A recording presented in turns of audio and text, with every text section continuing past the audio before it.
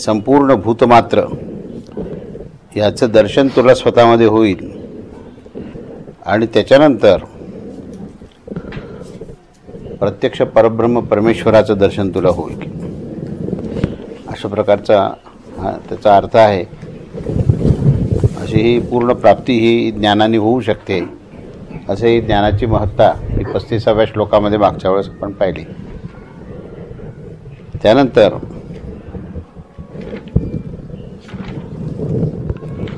36वा श्लोक जो आहे तोही आपण पूर्ण केला की या सर्व प्रकारचं जे पाप आहे ते पापसुद्धा या ज्ञानरूपी नौकेमध्ये जर बसला तर हे पापाचा समुद्रही नष्ट होईल आणि संबंध पापापासूनही तू मुक्त होशील. अशा प्रकारे 35 आणि 36 असे 2 श्लोक आपण मागच्या वेळेस पूर्ण केले आपण. तर त्यानंतर आता हे ज्ञानाचं महत्त्व हे पुढे सांगत आहेत की ज्ञान हे कसं आहे आणि ज्ञानाचा प्रभाव जो आहे हा कसा कसा होऊ शकतो त्याचं वर्णन पुढे हे 36व्या श्लोकामध्ये ते करतात. तर ते वर्णन असं आहे की 37व्या श्लोकामध्ये ते पुढे असं म्हणतात की ज्ञानाला अग्नीची उपमा दिलेली आहे. ज्ञान जे आहे हे अग्नीप्रमाणे आहे आणि अग्नी ही जसा समिधा किंवा इंधन ह्याला जसा भस्मसात करतो तशा प्रकारे ज्ञानरूपी अग्नी जी आहे हे सर्व कर्मांना कसं भस्म करतं याचं ह्या 37व्या श्लोकामध्ये म्हटलेलं आहे की यथा एधांसी समिद्धा अग्नी ही भस्मसात कुरुते अर्जुन ज्ञानाग्नि ही सर्वकर्माणि भस्मसात कुरुते तथा. तर अर्जुन यथा समिद्धा अग्नि ही एधांसी भस्मसात कुरुते तथा ज्ञानाग्नि ही सर्वकर्माणि भस्मसात कुरुते. हे अर्जुना, ज्याप्रमाणे प्रज्वलित अग्नी हा संविधाला भस्ममय करतो त्याचप्रमाणे ज्ञानरूपी अग्नी ही संपूर्ण कर्मांना भस्ममय करून टाकतो. असं हे ज्ञानाचं महत्त्व त्यांनी अग्नीची उपमा देऊन सांगितलेली आहे. तर हे सर्व कर्मांना ज्ञान जे आहे हे कसं काय भस्मसात करतो याचा चिंतन ह्या श्लोकाच्या निमित्ताने आपल्याला करणं आवश्यक आहे. तेव्हा ज्ञान नावाची जी गोष्ट काय आहे ही आपण खूप विस्ताराने पाहिली की ज्ञान म्हणजे नेमकं काय, ज्ञानाचा नेमका अर्थ काय होतो आणि ती प्राप्ती होते म्हणजे नेमकं काय होतं हे आपण पुष्कळ मागच्या अनेक श्लोकाच्या माध्यमातून आपण त्याचं चिंतन केलेलं आहे. त्याचं थोडंसं पुनरावृत्ती करू आपण की ह्या अग्नीच्या जी काही उपमा दिलेली आहे तर अग्नीची उपमा आपल्याला अतिशय स्पष्ट होण्याकरता पुन्हा एकदा थोडीसं पुनरावृत्ती करून हे ज्ञान काय आहे आणि ते ज्ञान प्राप्त होतं म्हणजे काय होतं हे आपल्याला पहिल्यांदा समजलं तर मग ही अग्नीची उपमा आणि अग्नीच्या उपमासहित ज्ञानाग्नी जो आहे तो सर्व कर्म, आता कर्मामध्ये सर्व कर्म असं म्हटलेलं आहे. ते सर्व कर्म काय आहेत आणि ते भस्मसात होतात म्हणजे काय होतं तर असं आपण त्याचं टप्प्याटप्प्याने आपण त्याचा विचार केला तर हा श्लोक आपल्याला अधिक स्पष्ट असा होईल. तेव्हा ज्ञान हा जो शब्द आहे ना हे पहिल्यांदा मी सांगितलं की ज्ञानाचा संबंध हा स्वरूपाशी आहे, हा आत्मतत्वाशी आहे. जो आपण भगवद्गीतेमध्ये सुरुवातीला 2ऱ्या अध्यायात आपण पाहिला जो सांख्ययोग जो विषय आहे हा ज्ञानाचा विषय होता. तर ज्ञान जो आहे ज्ञानाचा संबंध हा आपल्या आत्मस्वरूपाशी आहे. आत्मस्वरूपाचा अध्ययन करताना त्यावेळेस जे काही आपण विस्ताराने चिंतन केलं त्याच्यामध्ये आपण पाहिलं की हे आत्मस्वरूप जे आहे ते तसं अनुभवाच्या पलीकडे आहे, तसं इंद्रियजन्य नाही किंवा मनबुद्धीची क्षमता नाही आहे की हे स्वरूप काय आहे समजून घेण्याकरता. तरी पण निर्देश स्वरूपामध्ये ही गोष्ट समजण्याकरता म्हणून मी काय सांगितलं की आपलं जे अस्तित्व आहे ना हे आपलं अस्तित्व हे अखंड आहे.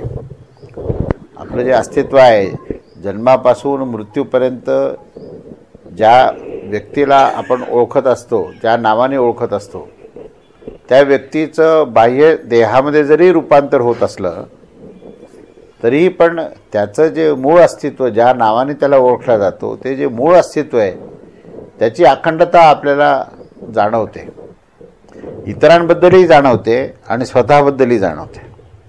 स्वतःचा जरी आपण विचार केला तर आपण स्मरण करत असतो की आपलं पूर्वी काय घडल्या घटना, आपल्या लहानपणी, आपल्या तरुणपणी काय घडल्या, अशा प्रकारचं स्मरण करत असतो. पण त्या घटना किंवा त्यावेळेसचा देह किंवा त्यावेळेसचे प्रसंग हे जरी अखंडपणे परिवर्तनशील होत असले, बदलत असले, तरीही पण तो जो काही लहानपणचा जो कोणी आहे तोच मी आहे, ह्याच्याबद्दल शंका नसते. की आता माझं सगळंच बदललं आहे, म्हणजे शरीर बदललं, परिस्थिती बदलली, सांपत्तिक स्थिती बदलली, कौटुंबिक स्थिती बदलली, सामाजिक स्थिती बदलली, सगळं परिवर्तन झालं. तेव्हा परिवर्तन होणाऱ्या सगळ्या म्हणून ज्या काही गोष्टी आहेत त्या दृश्यामध्ये येतात. दृश्यमान ज्या गोष्टी आहेत ना, ज्या डोळ्याने आपण पाहतो आणि जे स्मरणाने आठवतो, त्या सर्व दृश्यमान गोष्टी ज्या आहेत ह्या परिवर्तनशील आहेत. त्याच्या पलीकडे जे अस्तित्व आहे की जे परिवर्तनशील नाही, जे अखंड आहे, ते अखंड तत्व जे आहे त्याचा संबंध हा स्वरूपाशी. तिथे स्वरूपाचं आपण चिंतन हे आपल्या विवेकाने, बुद्धीने आपण करू शकतो की जे अखंड परिवर्तनशील आणि जे अखंड अपरिवर्तनशील, ज्याचं सतत परिवर्तन होत असतं, ते परिवर्तनशील जी आहे ही प्रकृती आहे, तो देह आहे, ते मनबुद्धी चित्त अहंकार आहे, त्या इच्छा आहेत आणि ते बाहेरचं दिसणारं दृश्य आहे, बाहेर दिसणाऱ्या वस्तूचा समुच्चय आहे, सर्व व्यक्तींचा समुच्चय आहे. तो सर्वत्र तो अखंडपणे परिवर्तन होतं. ती स्थिती कधीही सारखी राहत नाही. सुख असो अथवा दुःख असो, कधीही टिकत नाही. दृश्य कोणत्याही प्रकारचं असो, पदार्थ कोणताही असो, वस्तू कोणतीही असो, ते अखंड. घरसुद्धा बांधल्यानंतर 10 वर्षानंतर घराचं चित्र बदलतं. रंग लावला, रंग बदलतं. माणसं 10 वर्षापूर्वीचे ते 10 वर्षानंतर माणसं ती राहत नाहीत. त्यांच्या देहात बदल होतो, मनात बदल होतो, बुद्धीत बदल होतो, त्याची जी समज असते त्या समजमध्ये बदल होतो.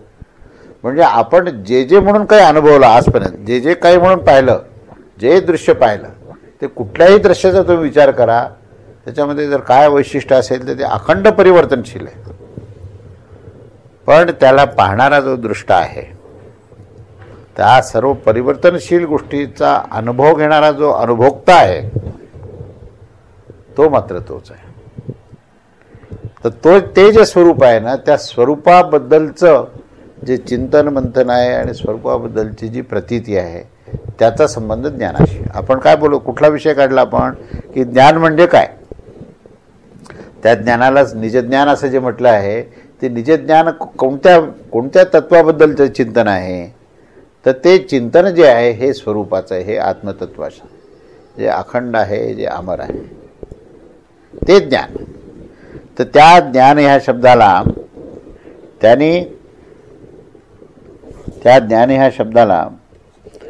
त्यांनी काय म्हटलेलं आहे की ज्याप्रमाणे अग्नी जसा ह्या इंधनाला भस्म करतो, त्याप्रमाणे हे ज्ञानाग्नी. आता हे ज्ञान हा शब्द जेव्हा आपण आत्मस्वरूपाशी, आत्मतत्वाशी मांडतो, त्या आत्मतत्वाला त्याने अग्नीची उपमा दिलेली आहे. म्हणजे काय? त्याला अग्नीची उपमा दिली म्हणजे काय? तर आपलं जे काही चित्त आहे, आपलं जे काही मन आणि बुद्धी आहे, आपली जी काही धारणा आहे, आपली जी वृत्ती प्रवृत्ती आहे, आपलं जे आकलन आहे, ह्या सगळ्या गोष्टीचा जर एकरूपता आत्मतत्वाशी झाली, कारण ही एकरूपता सर्वसाधारणपणे कशाशी होते? दृश्याशी होते. आपण कशाला अतिशय महत्त्व देतो? आपलं चित्त कशामध्ये गुंतलेलं असतं? तर दृश्यामध्ये असतं. म्हणजे ह्या दृश्याचं मी आता वर्णन केलं जे परिवर्तनशील आहे. मग व्यक्ती असेल, व्यक्तिसमूह असेल, वस्तू असेल, वस्तुसंग्रह असेल, लौकिकता असेल, भोग असतील, ऐश्वर्य असेल, या सगळ्या गोष्टीमध्ये आपलं सगळं हे मन आणि चित्त आणि बुद्धी ही पूर्णपणे अडकलेली आहे. अगदी परमेश्वराची आराधना करताना त्या मूर्तीचा जरी विचार केला तरी त्या मूर्तीच्या निमित्ताने आपण खरंच परमेश्वराचं स्मरण करतो का? हा फार चिंतनाचा विषय आहे. का ती मूर्ती मी किती रुपयाला विकत आणली आणि ती मूर्ती कशी स्वच्छ आहे आणि ती मूर्ती मी कशी पूजा करतो याच्यावर आपलं लक्ष आहे. अगदी सूक्ष्म विचार आहे. कारण कोणी म्हणाल बाई पूजेवर टीका करतात का, असं नव्हे. आपलं चित्त मनबुद्धी कुठे गुंतलेलं आहे ह्याच्यावर आहे की चित्त मनबुद्धी जी आहे हे अभिनिवेश अहंकार कर्तेपणावर भोक्तेपणावर आहे. मग ती भक्ती जरी असली तरी त्या ठिकाणी मी भक्त आणि तू परमेश्वर आणि मी भक्त म्हणजे माझ्यासारखी भक्ती इतर कोणाची नाही. ही स्थिती गोपीची पण झाली होती. म्हणजे बाकीच्यांचं काय सांगावं. आणि जशी ती गोपीची स्थिती झाली तसा कृष्णगुप्त झाला. बघा गंमत. म्हणजे मी थोडंसं आणखीन सूक्ष्मात अतिसूक्ष्म सांगतो. आणि मग त्या व्याकुळ झाल्या आणि व्याकुळ झाल्यावर पुन्हा कृष्ण प्रगट झाला. म्हणजे गोपीसारख्या अत्यंत भक्तीच्या शिरोमणी असलेल्या यांची जर ती स्थिती होत असेल तर सामान्याची होणं हे काही गैर नाही. म्हणजे काय. तर अशा प्रकारचं ज्या वेळेस तुमचं चित्त तुमचं मन तुमची बुद्धी ही दृश्यामध्ये अडकते, जी प्रकृतीमध्ये अडकते, आसक्तीमध्ये भोग ऐश्वर लौकिकतेमध्ये अडकते, त्यावेळेस तुम्ही तुमच्या स्वरूपापासून विन्मुख झालेला असता. तर स्वरूपाशी एकरूपता म्हणजे ज्ञानस्वरूप अवस्था ज्यावेळेस होईल तेव्हा त्याला ज्ञानाग्नी हा शब्द वापरतो. ज्ञानाग्नी शब्द कशाला वापरायचा की ज्ञान हे म्हणजे अग्निस्वरूपामध्ये, हे तेजस स्वरूपामध्ये, हे ऊर्जेच्या स्वरूपामध्ये आहे. हे कसं आहे माहिती आहे का. हे ज्ञान म्हणजे ज्ञानाचा संबंध हा जे आत्मतत्वाशी आपण लावला आहे तर हे आत्मतत्व जे आहे हे प्राणतत्वाशी साधर्म्य आहे. एक तुम्हाला साधर्म्य असलेली एक गोष्ट सांगून परत एकदा स्वरूप म्हणजे काय याचं थोडंसं मी विस्ताराने हे सांगू इच्छितो की हे जे आत्मतत्व आहे ना हे आत्मतत्व म्हणजेच प्राणतत्व आहे आणि प्राणतत्व म्हणजेच तुमचं अस्तित्व आहे. तर हे प्राणतत्वाचं वर्णन पुष्कळ विस्ताराने केलेलं आहे उपनिषदामध्ये. अनेक उपनिषदामध्ये प्राणतत्वाचं वर्णन केलं आहे आणि प्राण हेच ब्रह्म आहे म्हणून ठासून सांगितलं. प्राण हेच ब्रह्म आहे. कारण प्राण जो आहे हा जो आहे ह्या जीवाला घेऊन जात असतो. कुठे पण घेऊन जायचं असेल ना, देहातून बाहेर जर घेऊन जायचं असेल जीवात्म्याला तर कोण घेऊन जातो, तर प्राण घेऊन जातो. प्राण हा जो आहे निरपेक्ष आहे, तो स्वयंभू आहे आणि तो क्रियायुक्त असून ऊर्जायुक्त असून तो अधिष्ठानामध्ये पण प्रतिष्ठित झालेला आहे. असा हा जो प्राण आहे ना तो प्राण हा या ज्ञानाग्नीचा एक प्रतीक आहे.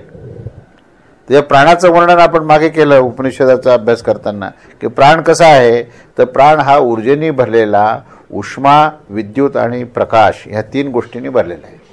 उष्मा विद्युत आणि प्रकाशाने हा हे प्राणतत्व आहे. तेव्हा ती संवेदना म्हणजे प्रकाश आहे. ती उष्मा जी आहे ती ऊर्जा जीवनी शक्ती देणारी आहे ती आणि विद्युत जे आहे ते विद्युत त्या ठिकाणी संवेदना ही तत्क्षणी देणारी आहे. विद्युतचा संबंध कसा आहे, विद्युत हा तुमच्या मज्जासंस्थेतून कार्य करत असतो. हा तत्क्षणी तुम्हाला तुमचा जो आहे एका ठिकाणून दुसरीकडे मेसेज घेऊन जाणार आहे. तर ही प्राणशक्ती कशी आहे तर मेंदूपासून संबंध शरीरामध्ये तत्क्षणी सगळे संदेश घेऊन जाणारी ही प्राणशक्ती आहे. ही जठरामध्ये अग्निरूपामध्ये आहे आणि बुद्धीमध्ये चैतन्य जे आहे संवेदना देणारी प्रकाश तत्व आहे.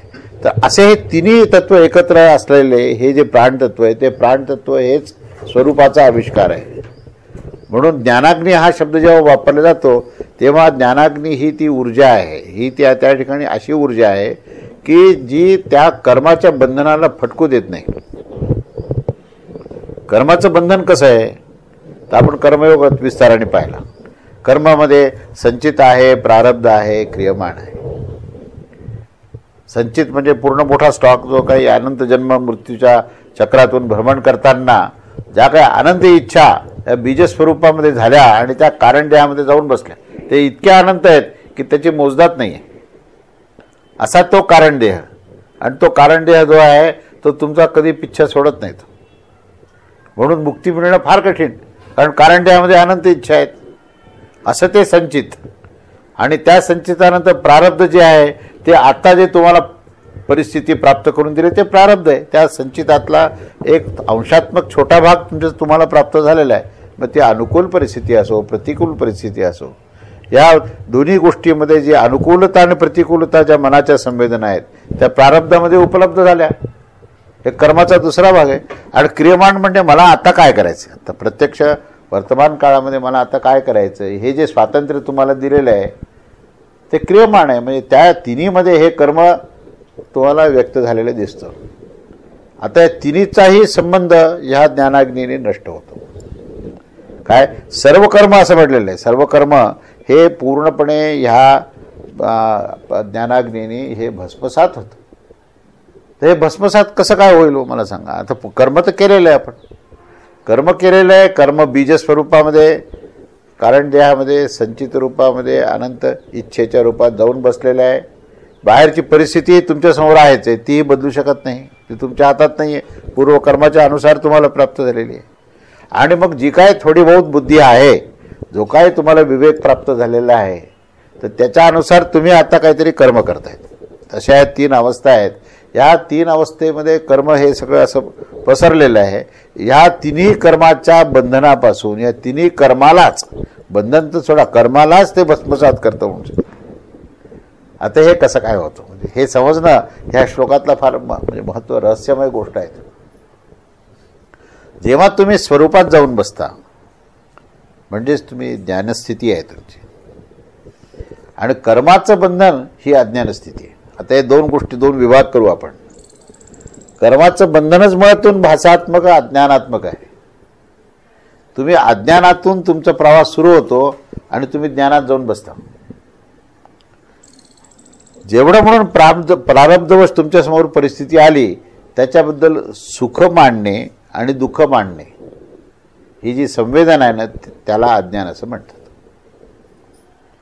आणि तुम्ही स्वरूपात जाऊन बसले तर ह्या अज्ञानातून तुम्ही उठता आणि त्या ज्ञानस्थितीत जाऊन बसता. म्हणजे ही जी संवेदना जी असते की नाही, कारण सुख आणि दुःख, अनुकूल आणि प्रतिकूल, हे दोन गोष्टी आहेत. अनुकूल ही, प्रतिकूल ही तुम्हाला त्या परिस्थितीबद्दलची वाटणारी आसक्ती आहे, आणि सुख आणि दुःख ही तुमच्या मनाला प्राप्त झालेली संवेदना आहे.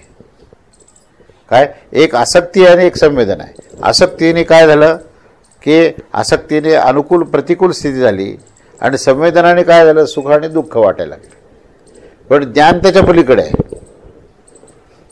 ज्ञानस्थिती जी आहे ना, जेव्हा तुम्ही ज्ञानस्थितीमध्ये जाऊन बसता, स्वरूपात जाऊन बसता, त्यावेळेस मात्र ना आसक्ती आहे, कारण निष्काम भाव आणि अनासक्त झाल्याशिवाय ज्ञानात जाऊच शकत नाही, प्रवेशच नाही.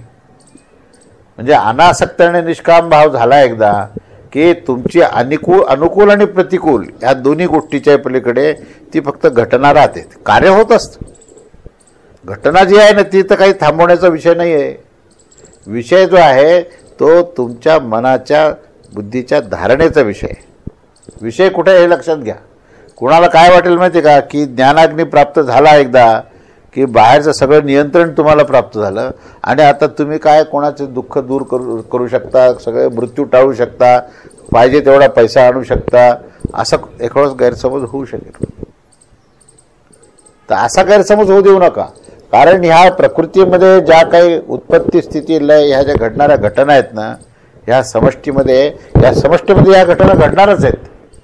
पण मुख्य मुद्दा असा आहे की या समष्टीमध्ये घडणाऱ्या सगळ्या घटनेचा तुमचा काय संबंध आहे हे तुम्हाला जर कळालं एकदा, तर तुमची काय धारणा असली पाहिजे हे एकदा तुम्हाला कळालं, तर ती अनुकूल आणि प्रतिकूल परिस्थिती राहणार नाही, हा त्याचा अर्थ आहे. घटना घडतील आपल्या ठिकाणी. एक आहे घटना आणि एक आहे समस्या. समस्या म्हणजे घटनेतील आसक्ती. जर आसक्ती दूर झाली तर समस्या दूर होते आणि घटना आपल्या ठिकाणी घडत असते. हे जर माणसाला एकदा निश्चित कळालं ना, मग कोणत्याही घटनेचं तुम्ही उदाहरण घ्या, मग सुखाची घटना असो का दुःखाची घटना असो, आसक्ती एकदा निघून गेली की संवेदना ही तुमची बदलते. संवेदना परमेश्वरापाशी जाऊन बसते, आणि संवेदना एकदा परमेश्वरापाशी जाऊन बसली की अनुकूल आणि प्रतिकूल ह्या दोन गोष्टी नष्ट होतात. हे द्वंद्व आहे. हे द्वंद्व काय निर्माण झालं, मला सुख पाहिजे पण दुःख मिळालं, मला सुख केव्हा मिळेल, हे द्वंद्व आहे. की मला जी आहे ही अशा प्रकारची अत्यंत समस्यामय परिस्थिती जी आहे ती अतिशय अनुकूल अशी परिस्थिती मला मिळाली पाहिजे होती, ती नाही मिळाली, हे द्वंद्व आहे. द्वंद्व आहे की मला असं पाहिजे होतं पण असं मिळालं नाही, अशा दोन गोष्टी असल्यामुळे त्यात द्वंद्व निर्माण झालं. द्वंद्वाची निर्मिती कुठून झाली? द्वैतामुळे झाली. द्वैत काय निर्माण झालं? परमेश्वरापासून विनमुख झाल्यामुळे. स्वरूपातून विनमुख झाला तो की द्वैत झाला तो. आणि भगवद्गीता अद्वैत सिद्धांताचा पुरस्कार करणारी आहे. भगवद्गीता पुरस्कार कशाचा करते? अद्वैत सिद्धांताचा. अद्वैत स्थिती म्हणजे स्वरूपाशी एकरूपता आहे. आणि त्या स्वरूपाशी एकरूपता झाली की तुमची आसक्ती, तुमची सुखदुःखाची संवेदना ही संपूर्णपणे नष्ट होते. आणि जेव्हा सुखदुःखाची संवेदना नष्ट झाली तर ज्याला आपण संचित म्हणतो, ज्याला आपण प्रारब्ध म्हणतो आणि ज्याला आपण क्रियमान म्हणतो, या तिन्ही गोष्टीची आपला संबंध पूर्णपणे तुटतो. संबंध तुटणे म्हणजे सर्व कर्मचा भस्म होणे. सर्व कर्माचा भस्म होणं या शब्दाचा अर्थ आपल्याला थोडासा तत्त्वज्ञानाच्या भूमिकेतून करणं आवश्यक आहे. कारण क्रिया नावाची जी गोष्ट आहे ना, ती मुळातूनच प्रकृतीचा अंग प्रत्यंग आहे. आणि आत्मतत्व जे आहे ते अक्रिय आहे. क्रिया नावाची गोष्ट जी आहे, हे सर्व क्रिया ज्या आहेत ह्या प्रकृतीच्या गुणामध्ये घडत असतात. आणि अक्रिय स्थिती ही ज्ञानाची आहे, ती स्वरूपामध्ये प्राप्त होते. आता दोन्ही गोष्टी आपल्याकडे आहेत. आपल्याकडे प्रकृती पण आहे आणि आपण आत्मस्थितीसुद्धा आपल्याला असल्याशिवाय अस्तित्वच नाही आहे. कारण अस्तित्वामुळे क्रिया आहे आणि क्रिया घडते हे अस्तित्वामुळे समजतं. म्हणून अस्तित्व आणि क्रिया या दोघांचं नातं मोठं विलक्षण आहे. पण हे नातं समजून विवेकाने जर वागलं तर क्रियेपासून अस्तित्व आनंदात राहतं. अन्यथा अस्तित्व आणि क्रियेशी नातं जोडलं एकदा की काय होतं म्हणजे का, अस्तित्वच धोक्यात आल्यासारखं वाटतं. ते अस्तित्व धोक्यात येत नाही, पण वाटतं असं की मला दुःख होईल, मला त्रास होईल, माझा मृत्यू होईल, मला रोग होतील, मला व्यथा होईल. हे स्वतःचं अस्तित्व धोक्यात आल्याचा हा जो भास आहे तो त्या क्रियेमध्ये झालेल्या आसक्तीमुळे. अन्यथा अस्तित्वाला काय बिघाड आहे? जे होतं तेच राहणार आहे आणि जे राहणार आहे तेच पुढे राहणार आहे. त्याच्यात काय फरक पडणार? पण ते काय आहे हे माहीत नाही ना. जे आहे ते माहीत नाही आणि जे नाही त्याला आहे असं समजणं, या अज्ञानामुळे काय होतं माहिती का, या कर्माचा डोंगर डोक्यावर घेऊन सगळीकडे तो फिरत राहतो. पण एकदा कळालं ना की तत्क्षणी मुक्त आहे. हो, फक्त कळण्याशी उशीर आहे. तत्क्षणी मुक्त आहे हे लक्षात घ्या. मुक्ती नावाची गोष्ट ही काही प्रक्रियाच नव्हे, ही काही साधनाच नव्हे. साधना जी आहे ही अंतःकरण पावित्र्य करण्याकरता आहे. मधली एकदा घाण काढली पूर्ण की आपोआप स्वच्छता पुन्हा वेगळी करावी लागते का? एवढंच नव्हे, अंधकार असलेल्या गुहेमध्ये जर आपण दिवा जर नेला तर पुन्हा उजेड तयार करायला काही वेळ लागतो का? मला हे सांग. की 1,000 वर्षापासून अंधार आहे, तर म्हणून काय झालं, 1,000 वर्ष लागतील उजेड निर्माण व्हायला? दिवा नेला तिथे की तत्क्षणी सगळीकडे उजेड आहे, तत्क्षणी उजेड आहे. त्यामुळे कोणी म्हणेल की बा काय चालू आहे प्रयत्न, मुक्ती मिळण्याचा प्रयत्न चालू आहे. फोल गोष्टी. मुक्ती मिळण्याकरता प्रयत्न करण्याची गरज नाही. मुक्ती मिळण्याकरता शांत बसा, आपल्या स्वस्थितीमध्ये जा, स्वात्मस्थितीमध्ये जा, स्वरूपाशी एकरूप व्हा. बाकीच्या गोष्टी या घडत राहतील.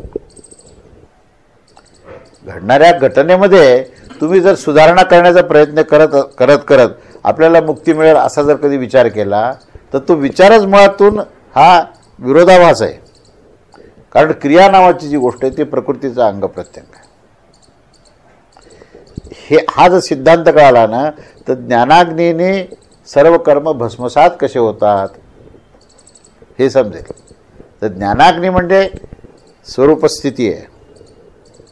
ज्ञानाग्नी म्हणजे अज्ञानापासून मुक्ती आहे. त्या अज्ञानापासून मुक्ती झाली तर कर्माचं भस्म होतं. म्हणजे काय? कर्माचा संबंध अज्ञानाशी.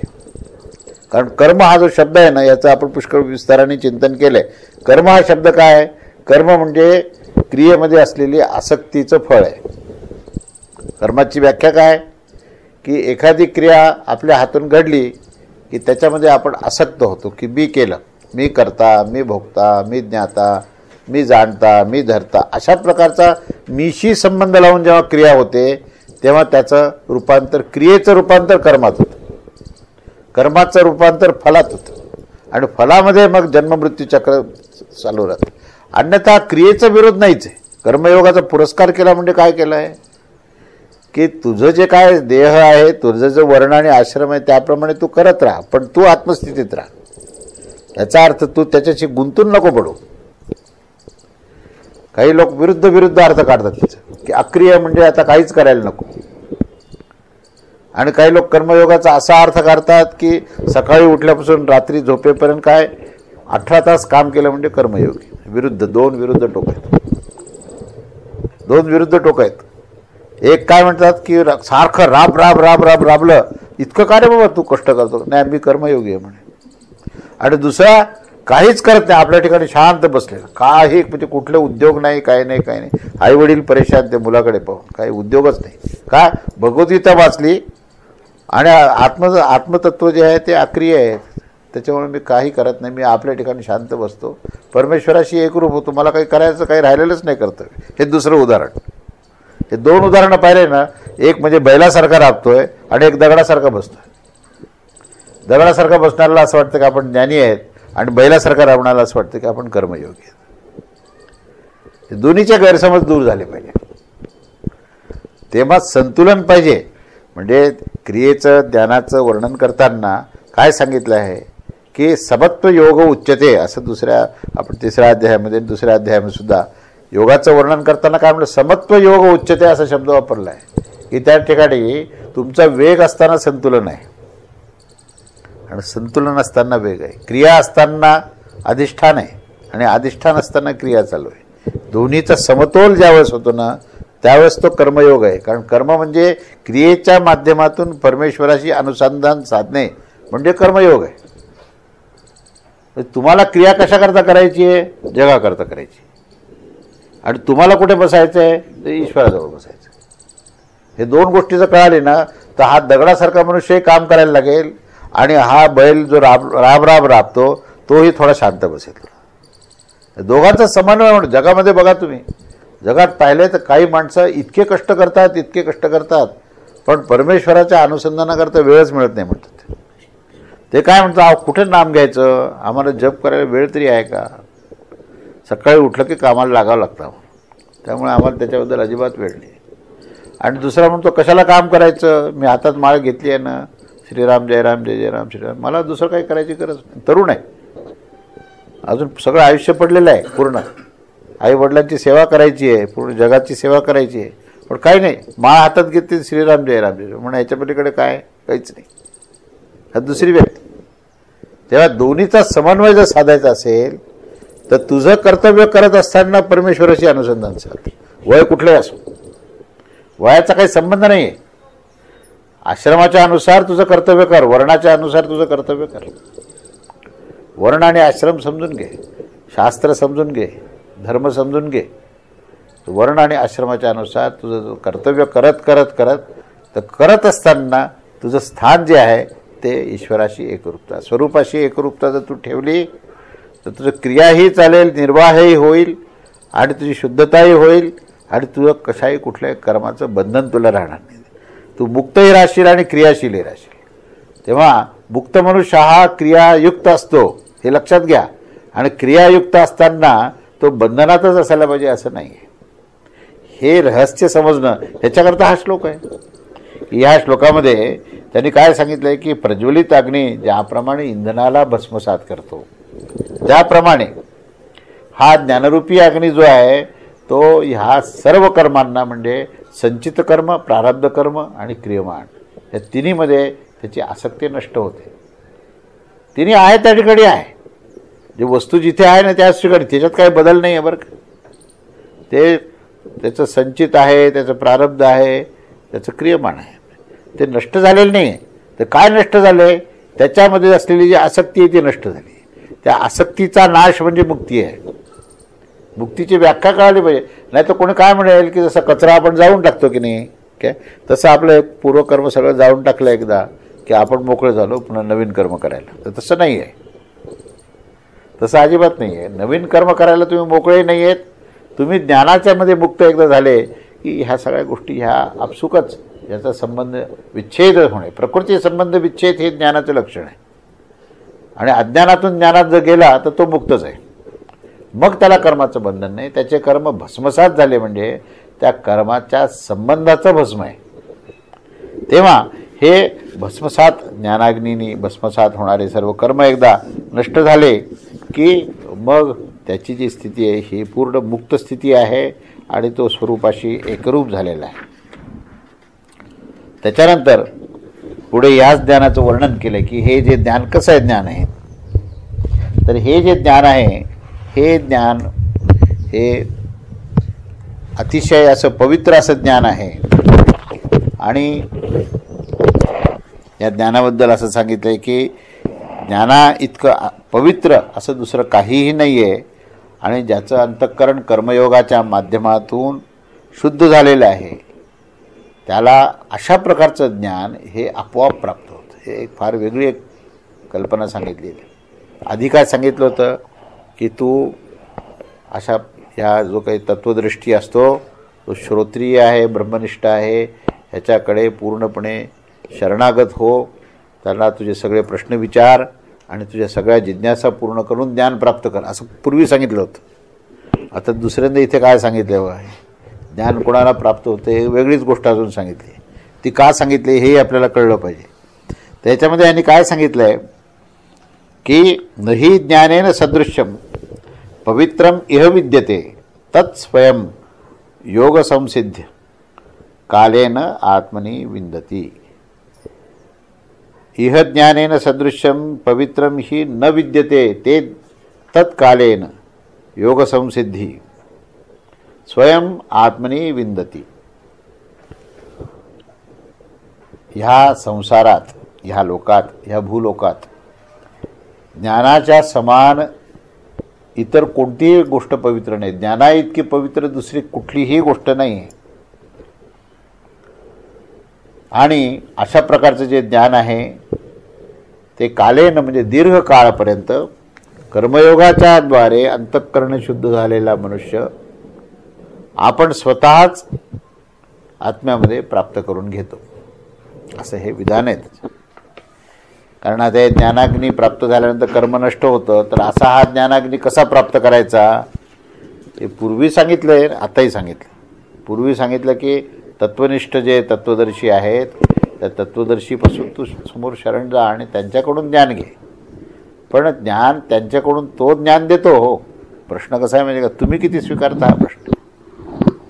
मुद्दा कसा आहे म्हणजे की पुष्कळदा लोक जे आहेत की आम्ही गुरुची सेवा केली म्हणतात आणि त्यांनी आम्हाला उपदेश दिला म्हणतात. त्यात ते तर उपदेश आहे कारण त्यांचं सामर्थ्यच आहे, त्यात काही शंका नाही. प्रश्न काय असतो माहिती आहे का की आपण खरंच स्वीकारलं का तो. आणि आपण जर स्वीकारलं नसेल, कारण काय की नर्मदेत सुद्धा दगड असतात, पाणी वरून वाहू जातं, पण काही दगड जे असतात ते कोरडे राहतात, बरं का. त्याप्रमाणे किती वेळेला ज्ञानाचा असा वर्षाव तुमच्यावर होत असतो. तुम्ही ऐकल्यासारखंही करता, ऐकल्यासारखं वाटतं पण तुम्हाला काय त्यांनी चांगल्या चांगल्या ते तुम्हाला मार्ग देत असतात, तुम्हाला चांगले चांगले संदेश देत असतात. ते संदेशही आपल्याला मिळतात. एवढंच नव्हे ते संदेश आपल्याला समजतात पण प्रश्न काय होतो की ते आचरणात आपण आणत नाही आणि आपण कोरडे राहतो. ही भगवंताला कल्पना आहे.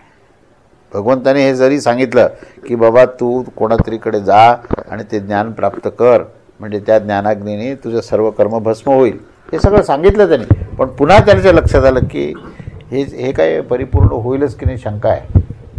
कारण आता आपण पाहतो ना किती गुरु शिष्य परंपरा आपल्याकडे भारतामध्ये. मला सांगा एवढ्या गुरु शिष्य परंपरेनंतर आजची परिस्थिती काय झाली. खरं म्हणजे आज कुठे सगळीकडे अध्यात्माचं सगळीकडे वातावरण तयार व्हायला पाहिजे होतं, सगळे सच्चरित्र व्हायला पाहिजे होते काय. पण दुर्दैवाने असं दिसतं की ज्यांना आपण आस्तिक म्हणतो की नाही ते नास्तिकापेक्षा भयंकर आहेत. ज्यांना आपण आस्तिक म्हणतो की नाही तर त्यांची स्थिती कशी आहे तर ते दांभिक झालेले आहेत. त्यांच्यामध्ये दंभ जे नास्तिक आहेत ना, कमीत कमी मी म्हणेल नास्तिकाचं एक गोष्ट फार कौतुक करण्याची गोष्ट आहे की ते दांभिक नसतात. त्यांच्या अंतःकरणाला जे वाटतं ते सांगून टाकतात काय. बट ज्याला तथाकथित आपण आस्तिक म्हणतो ना त्यांची परिस्थिती काय, ते देव म्हणजे आपल्या सद्गुरूकडून आदेश घेतात आणि नंतर त्याच्यामध्ये मॉडिफिकेशन करतात आपल्या सोयीप्रमाणे. आपल्या सोयीप्रमाणे करून ते त्याचं इम्प्लिमेंटेशन जे आहे ते आपल्याला जे सोयीचं ते करतात. एवढंच नव्हे, काही लोक काय करतात की महाराज मी अशा प्रकारचं मी करणार आहे, बरोबर आहे ना, मी करतोय ते, किंवा मी हे केलेलं आहे, केलंय, आता काही मला काही होणार नाही ना काही. अरे पण तुला मी असं सांगितलं होतं. नाही महाराज, त्यावेळेसची परिस्थिती अशी होती की मी थोडंसं त्यात बदल केला. मी काहीतरी अनुष्ठान सांगितलेलं असतं, त्या अनुष्ठानामध्ये थोडा फरक करून टाकतात. त्याच्याऐवजी असं, म्हणजे ह्या तर छोटं उदाहरण झालं, कारण प्रश्न अनुष्ठान किंवा तेवढ्या कर्मकांडाचा नाही आहे, प्रश्न जीवनाच्या धारणेचा आहे. पूर्ण ही धारणा काय असली पाहिजे हे सद्गुरू सांगत असतात की तुम्ही असं वागा, असं वागा, असे आदेश देत असतात. किती वेळेला ते पुन्हा पुन्हा सांगत असतात, असं करा, असं वागा, आणि ते ऐकतात पण नंतर त्यांच्या सोयीप्रमाणे ते बदल करतात.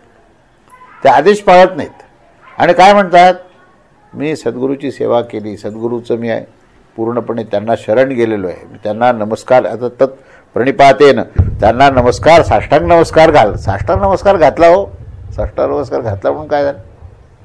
आचरण केलं का? आचरण होत नाही. म्हणजेच काय की आपण आचरण केल्याचा देखावा करतो आणि कळत नकळतपणे आपल्या माध्यमातून दंभ होतो. जेवढे अध्यात्म क्षेत्रातले, जेवढे गुरुशिष्य परंपरेमध्ये ज्या घटना घडतात, त्या सगळ्या घटनेमध्ये जर तुम्ही स्वतःचा अभ्यास करा, इतरांचा अभ्यास करा, तुम्हाला असं लक्षात येईल की किती वेळेला तरी कळत आणि नकळतपणे मनुष्य हा आदेशाचं पालन करत नाही आणि समस्या निर्माण झाली की तक्रार करतो की आम्ही एवढं केलं पण काही झालं नाही, आम्ही एवढं केलं पण काही केलं नाही, ईश्वराची एवढी सेवा केली पण आमच्या नशिबाने आम्हाला दुःखच प्राप्त झालं, तर कशाला करायची पूजा, कशाला गुरुचे आदेश पाळायचे. आता मी गुरुकडे जाणं सोडून दिलं. असे माणसं भेटतात. म्हटलं अरे काय बाबा तू अनुग्रह, हो मी अनुग्रह घेतला हो, पण काय ते गुरु जे आहेत ते दुसरंच काहीतरी सांगतात, म्हणून आम्ही तुमच्याकडे आलो. म्हणजे ह्या सगळ्या गोष्टीमध्ये जो दंभ आहे ना, तो दंभ होतोच. आचरणामध्ये कुठे ना कुठेतरी तडजोड होते आणि या तडजोडीमध्ये एवढं सगळं सांगितलं की अरे त्यांच्याकडे जाऊन तू ज्ञान प्राप्त कर, पण ते ज्ञान हे आपण आपल्या पदरात टाकून घेत नाही, आपल्या आचरणात आपण आणत नाही. म्हणून मग आता काहीतरी ह्याला दुसरा मार्गही सांगणं आवश्यक आहे.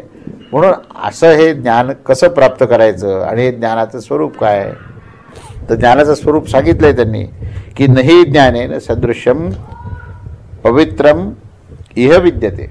इह ह्या लोकात, ह्या भूलोकामध्ये, ह्या मनुष्य जन्मामध्ये ज्ञानप्राप्ती करण्यास इतकी पवित्र गोष्ट दुसरी काही नाही आहे. मनुष्य देह प्राप्त झाल्यानंतरच ही क्षमता आहे, बाकी इतरांना कोणाला नाही, हे निश्चित.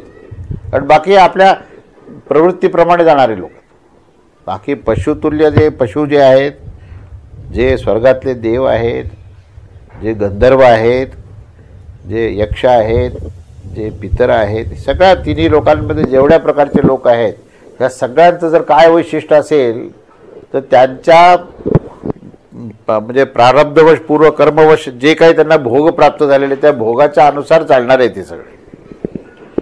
ह्या तिन्ही लोकांमध्ये एक मनुष्य देह धारण करणारा एकमेव असा हा जीवात्मा आहे की ज्याला हे ज्ञान प्राप्त करण्याची क्षमता आहे. पहिली गोष्ट ही लक्षात घ्या, तो एकमेव आहे फक्त, की त्यालाच फक्त ज्ञान प्राप्त करण्याची क्षमता आहे. तर मग हे ज्ञान कसं आहे त्याला समजणं आवश्यक आहे. कसं ज्ञान आहे, तर ह्याच्या इतकी पवित्र गोष्ट काही नाही. हे अंतिम आहे, ज्ञान ही गोष्ट अंतिम आहे. ह्या ज्ञान प्राप्त झाल्यानंतर काही प्राप्त करण्यासारखं असं काही राहत नाही. तर हे ज्ञान प्राप्त होणे म्हणजे काय, मी सांगितलं की ह्या सगळ्या तुमच्या प्रकृतीच्या संबंधातून संबंध विच्छेद करून तुम्ही स्वरूपात जाणे आणि त्या स्वरूपामध्ये गेल्यानंतर तुम्ही पवित्रच होता आणि त्या ठिकाणी अपवित्रतेचा संबंध नाही. अपवित्र कुठे आहे, जेव्हा या कर्मामध्ये, या बंधनामध्ये, ह्या सगळ्या वस्तू संग्रहामध्ये, ऐश्वर्य भोगामध्ये जेव्हा आसक्त होता तेच अपवित्र गोष्ट आहे. आणि जेव्हा तुम्ही स्वरूपाशी एकरूप होता ती सर्वात पवित्र गोष्ट आहे. तेव्हा ह्या लोकांमध्ये मनुष्य जन्म प्राप्त झाल्यानंतर ज्ञान प्राप्त होण्या इतकी पवित्र गोष्ट कुठलीही नाही. हे पहिलं विधान आहे. पहिलं विधान हे आपल्याला समजणं आवश्यक आहे. आता हे जे आहे ना, मग हे जे पवित्र ज्ञान आहे हे ज्ञान कसं प्राप्त होतं, तर तत्कालेन योग संसिद्धी स्वयं आत्मनी विंदती, स्वयं आत्मनी विंदती. ते ज्ञान दीर्घकाळाने, म्हणजे आता हे दीर्घकाळ का सांगितला, कारण हा जो स्वभाव असतो ना, तो स्वभाव माणसाचा हा बदलण्याकरता काळाची गरज आहे आणि तुमच्या या कर्मयोगाच्या साधनेची गरज आहे. तो तत्क्षण बदलत नाही. म्हणून याच्यावर एक विषय स्वभाव से स्वरूप तक असा एक विषय आहे, त्याचा आता पूर्ण तयार झालेला आहे. तर स्वभाव जो असतो की नाही तो तुम्हाला जन्मजात प्राप्त होतो. पूर्वकर्माच्या अनुसार तुमचा स्वभाव तुम्हाला मिळालेला आहे. हे तुमचं भांडवल आहे बरं का. स्वभाव हे भांडवल आहे. आता या स्वभाव या भांडवलाचा विनियोग करून आपल्याला प्राप्ती काय करायची आहे, तर स्वभाव नावाच्या भांडवलातून तुमचा जो फायदा काय करायचा तुम्हाला, या भांडवलातून फायदा म्हणजे या स्वभावातून स्वरूपात जायचं आहे. तुम्ही प्रवास करायचा. स्वभाव नावाची एक तुम्हाला जसं वाहन दिलेलं आहे, त्या वाहनात बसून तुम्हाला एक गंतव्यस्थान तुमचं निश्चित आहे, त्या ठिकाणी तुम्हाला जायचं आहे. त्या स्वभावामध्ये काय दिलेलं आहे की तुम्हाला कुठला तरी विशिष्ट गुण दिलेला आहे, विशिष्ट प्रकारचा वर्ण दिलेला आहे, विशिष्ट प्रकारचे तुम्हाला आश्रम प्रदान केलेले आहेत, एक जीवन दिलेलं आहे तुम्हाला. हे सगळं जीवन आहे आणि तुम्हाला वर्णाच्या अनुसार, आश्रमाच्या अनुसार कर्तव्य काय काय करायचे आहेत याची एक पूर्णपणे एक शास्त्राने दिलेली एक पूर्ण मार्ग दिलेला आहे. तर हा मार्ग जो आहे ना, ह्या मार्गामध्ये तुम्हाला कर्मयोगाच्या सिद्धांताच्या अनुसार काम करायचं. काय सिद्धांत आहेत कर्मयोगाचे, की हे सगळं जे कार्य करायचे हे आपल्याला सर्व ह्या जगाच्या कल्याणाकरता करायचं, आपल्याकरता नव्हे. जेव्हा आपण जे जे काही कर्म करू ते कर्म ईश्वरार्पण करणे म्हणजे काय, याचा अर्थही कळायला पाहिजे. ईश्वरार्पण म्हणजे एक हातामध्ये पळी घेऊन पाणी सोडलं आणि तत्सम कृष्णार्पणमस्तू म्हणून पाणी सोडायचं आणि मनामध्ये काय म्हणायचं की आता घरी गेल्यानंतर आपल्याला याचा काहीतरी लाभ झाला पाहिजे. हे नव्हे, पाणी सोडा, पद्धती आहे, त्या पद्धतीबद्दल माझी टीका नाही आहे, पण धारणा काय अंतःकरणाची. अंतःकरणाची जी धारणा आहे ती संबंध ह्या जगाचं, या कुटुंबाचं, ह्या सर्व जीवाचं कल्याण कसं होईल. इतरांकरता कर्म करणे म्हणजे कर्मयोग आहे आणि स्वतःकरता अनुसंधान साधणे. कारण इतरांकरता केल्याशिवाय स्वतःचं अनुसंधान होणार नाही. अनुसंधानाचा सिद्धांत लक्षात घ्या की गुंतलेचं अनुसंधान कुठून होणार. कर्मफलात जर गुंतले तर अनुसंधानाची शक्यताच नाही आहे. मग फल काय करायचं आहे, ते कृष्णार्पणमस्तू हे म्हणजे काय, कृष्ण म्हणजे जग, कृष्ण म्हणजे केवळ एक मूर्ती नव्हे, कृष्ण म्हणजे सर्व जीव जगत जे आहे त्याच्यामध्ये तो कृष्ण बसलेला आहे. त्याच्या कल्याणाकरता जेव्हा तुम्ही कर्म कराल तेव्हा कृष्णार्पणमस्तू हा शब्द आला. तेव्हा पहिलंच काय लक्षण असेल कर्मयोगाचं, तर इतरांच्या कल्याणासाठी, जीवाच्या जगताच्या कल्याणासाठी जेव्हा प्रत्येक कर्म कराल तेव्हा कर्मयोगाचा पहिला टप्पा झाला. दुसरा म्हणजे काय की आसक्तीचा त्याग करा. कर्माच्या फलाच्या आसक्तीचा त्याग करा. काय फल काही प्राप्त झालं तर ते नकोही म्हणू नका आणि मला पाहिजेही म्हणू नका. जे काय भोगप्राप्ती होईल तो प्रारब्ध भोगप्राप्ती होईल, आसक्त होऊ नका. त्याला सुखामध्ये अतिशय हुरळून जाऊ नका आणि दुःख प्राप्त झालं तर विचलित होऊ नका. ह्याला आसक्तीचा त्याग असं म्हणतात. ह्या आसक्तीचा त्याग जर केला आणि त्यानंतर तुम्ही तुमच्या स्वभावाचं परिवर्तन, कारण हे स्वभावाचं परिवर्तन आहे बरं काय. स्वभाव कसा आहे माहिती आहे का, स्वभाव हा कुठला तरी एका विशिष्ट पद्धतीने याच्यामध्ये आपल्याला भोग प्राप्त होतील हा स्वभाव आहे. स्वभावाचं काय वैशिष्ट्य असतं, केवळ गुणधर्म नव्हे, ते गुणधर्माच्या अनुसार भोगप्राप्तीची प्रवृत्ती आहे, हा स्वभाव आहे. स्वभावाचा आपण विस्ताराने एक स्वतंत्र विषय आहे स्वभाव म्हणजे काय, पण त्याचं वैशिष्ट्य काय असेल तर तुम्हाला जन्मताच काही गुण प्राप्त झाले आहेत, त्या गुणाचा विनियोग करून आपल्याला भोगप्राप्ती कशी होईल हा स्वभावाचा विषय आहे. तर त्या भोगाचा त्याग करून तुम्हाला स्वरूपाची स्वीकृती करायची आहे, ही प्रक्रिया कर्मयोगातून आहे. आणि ह्या प्रक्रियेतून तुम्हाला अंतःकरण पवित्र करायचं. कारण याच्यामध्ये काय होतं, हे अंतःकरण पवित्र होणे म्हणजे मी आत्ता सांगितलं ना की आसक्तीचा पूर्ण जेव्हा त्याग होईल तेव्हा ते पवित्र होईल. कारण जीवात्मा तिथे बसलेला आहे, त्या जीवात्मा ह्या मनबुद्धीमध्येच ठाण मांडून बसला आहे आणि त्या मनबुद्धीच्या माध्यमातून तो जीवात्माच आपली सगळी ऊर्जा जी आहे ती विषयप्राप्ती करता करतोय. तर त्या ह्याच्यामध्ये जो जीव भाव आहे ना त्या जीवभावाचा त्याग ह्या जगत कल्याणाकरता दिला तर त्या मनबुद्धीमध्ये फक्त आत्मतत्व, शुद्ध आत्मतत्व राहील. आणि मनबुद्धीमध्ये शुद्ध आत्मतत्व राहिलं की त्या मनबुद्धीचं पावित्र्यकरण आपोआप होईल. अंतःकरण पवित्र होणे म्हणजे काय? निरंकारी स्थिती, सहज स्थिती, जीवभावाचा त्याग, जगत कल्याणाची वृत्ती. ह्या भावनेतून जेव्हा अंतःकरण राहील ना तेव्हा ते पवित्र अंतःकरण झालं. मग आत्मतत्वच तिथे असेल तर त्या बुद्धीवर संस्कार कोणाचे होतील? मला सांग. जेव्हा मनबुद्धीमध्ये ज्यावेळेस शुद्ध बुद्ध आत्मतत्वाचाच फक्त संस्कार चालू आहे, दुसरं काहीच नाही तिथे, तेव्हा त्या बुद्धीला वेगळ्या सद्गुरूची काय गरज आहे? सद्गुरू हेच आत्मा आहे, सद्गुरू हेच ईश्वर तत्व आहे, सद्गुरू हेच निर्गुण निराकार तत्व आहे. ते ज्यावेळेस निखळ निव्वळ अशा प्रकारचं मनबुद्धीमध्ये केवळ त्या शुद्ध तत्वाचाच जिथे संस्कार होईल त्या ठिकाणी ज्ञानाची ही उत्पत्ती होणं ही एक अत्यंत सहज आणि स्वाभाविक गोष्ट आहे. पण हे करण्याकरता तुम्हाला काय करावं लागेल? तुम्हाला तुमचं नित्य कर्तव्य, नित्यकर्म हे निष्काम भावनेने, अनासक्त भावनेने, जगत कल्याणाकरता, जीव कल्याणाकरता, इतर आपल्या कुटुंबातल्या प्रत्येक व्यक्तीच्या कल्याणाकरता तुम्ही निस्पृह होऊन, कुठली स्पृहा न ठेवता, निर्मम निर्मोह होऊन ज्यावेळेस तुम्ही कराल त्यावेळेस काय होईल माहिती आहे का? हा जीवभावाचा त्याग होईल, या अहंकाराचा त्याग होईल, हे जडचैतन्य ग्रंथीही सुटतील आणि त्याच्यानंतर शुद्ध बुद्ध आत्मतत्व मनबुद्धीमध्ये जो राहील ना तो सगळं साफसूफ करून टाकेल. मनबुद्धीमध्ये असलेल्या सगळ्या प्रकारच्या ज्या वासनेचा जो प्रभाव आहे तो सगळं नष्ट होतील त्या. आणि मग त्यावेळेस जी काही ऊर्जा मिळेल ना ती ऊर्जा ही ज्ञानाची ऊर्जा असेल. तेव्हा अंतःकरणातून ज्ञान निर्माण होईल, अंतःप्रेरणा ही जागृत होईल आणि अंतःप्रेरणेमधून ज्ञान हे तुम्हाला ज्ञानाचा प्रवाह व्हायला लागेलो त्यावेळेस. तेव्हा मग तुम्हाला तत्वदर्शीकडे जाऊन ज्ञान प्राप्ती करण्याची जी काही आवश्यकता होती त्याची आवश्यकता राहणार नाही. पण त्याच्याकरता हे करावं लागेल ना, आणि ते करण्याकरता काळाची गरज आहे. ते काय एका क्षणात होणारी गोष्ट तर ती काळाची गरज आहे. म्हणजे झाडझूड करणे, साफसूफ करणे, रंग लावणे तर सगळ्याला वेळ लागतो ना. बरं घासावं लागतात भिंती, नंतर पुट्टी भरावी लागते, पुढे रंग लावावा लागतो, आधी जाळे काढावे लागतात, हे सगळं करावं लागतं की नाही, आहे की नाही? पण अंधारामध्ये दिवा घेतला तर उजेड येतो. ते एक उदाहरण आहे. हे दुसरं हे उदाहरण आहे. हे दुसऱ्या उदाहरणामध्ये काय की काळाची गरज आहे. म्हणून कालेन शब्द वापरला आहे की दीर्घकाळाने कर्मयोगाचे द्वारे अंतःकरण शुद्ध होतं. आणि असं अंतःकरण शुद्ध झालेल्या माणसाला आपल्या स्वतःच्याच आत्म्यामधून हे ज्ञानाची प्राप्ती होते. ही प्रक्रिया सांगितली आहे. या प्रक्रियेला अनिवार्यता काय आहे? अनिवार्यता आचरणाची आहे. इथं आचरण हा शब्द जास्त, म्हणून हा जो अध्याय की नाही, हा अध्याय आपण ज्ञानयोग जरी म्हणत असलो तरी तो कर्मयोगातला ज्ञानयोग आहे. कर्मसन्यास ज्ञानयोग शब्द वापरला आहे. विषयाचं शीर्षक केवळ ज्ञानयोग म्हटलेलं नाही, कर्मसन्यास ज्ञानयोग आहे. म्हणजे कर्मयोगामधलं जे तत्त्वज्ञान आहे ना ते सांगितलं आहे.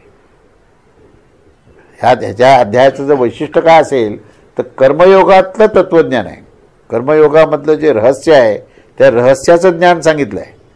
आणि ते सांगताना हा श्लोक महत्त्वाचा आहे की तुम्ही अखंडपणे नित्य आचरण, नित्यकर्म, नित्य सदाचार, नित्य नियम हे सिद्ध करत हे जगताच्या कल्याणाकरता अनासक्त निष्काम भावनेने ज्यावेळेस तुम्ही कराल त्यावेळेस तुमच्या मनबुद्धीमध्ये असलेला जो जीवात्मा आहे त्या जीवात्म्यामधला जो जीवभाव आहे तो ईश्वर अर्पण, जो जगत अर्पण, जगताच्या कल्याणाकरता त्याचा त्याग झाल्यामुळे शुद्ध बुद्ध आत्मतत्व मनबुद्धी चित्त अहंकाराला अतिशय पवित्र करून त्या ठिकाणी अंतःप्रेरणेने हे ज्ञान प्रदान करत राहील. आणि असं हे ज्ञानाचं अधिष्ठान हे तुमच्या अंतःकरणामध्ये सिद्ध होईल. अशा प्रकारचं जे ज्ञान, हे अशा प्रकारचा कर्मयोग हे कोणाला सिद्ध होतं त्याचे पण लक्षण हे 39व्या श्लोकामध्ये सांगितलेलं आहे.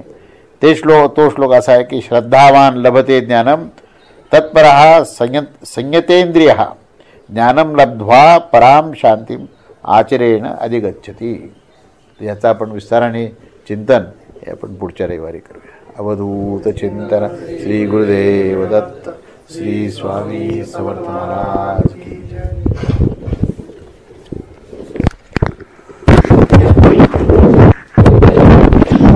शक्ती असेल तर वाच, नाही तर मी वाचतो.